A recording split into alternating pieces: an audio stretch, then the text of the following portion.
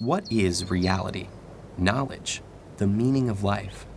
Big topics you might tackle figuratively, explaining existence as a journey down a road or across an ocean, a climb, a war, a book, a thread, a game, a window of opportunity, or an all too short-lived flicker of flame. 2,400 years ago, one of history's most famous thinkers said life is like being chained up in a cave, forced to watch shadows flitting across a stone wall. Pretty cheery, right?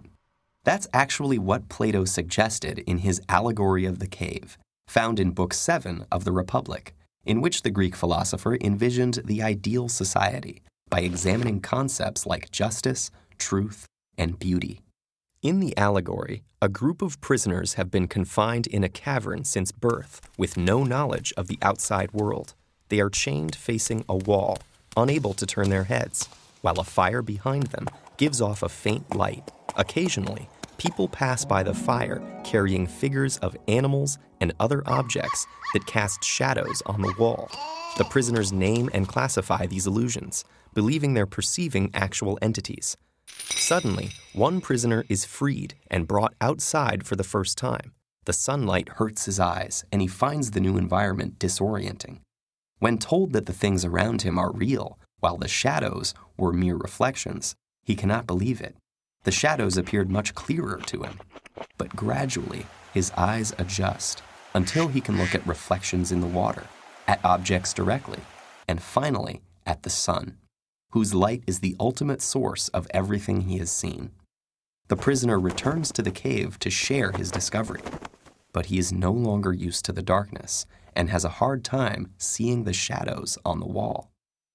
The other prisoners think the journey has made him stupid and blind and violently resist any attempts to free them.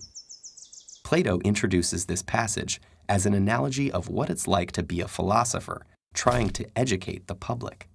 Most people are not just comfortable in their ignorance, but hostile to anyone who points it out.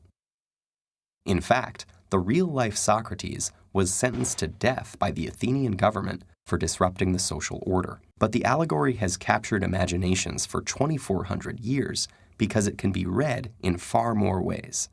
Importantly, the allegory is connected to the theory of forms developed in Plato's other dialogues, which holds that, like the shadows on the wall, things in the physical world are flawed reflections of ideal forms, such as roundness or beauty.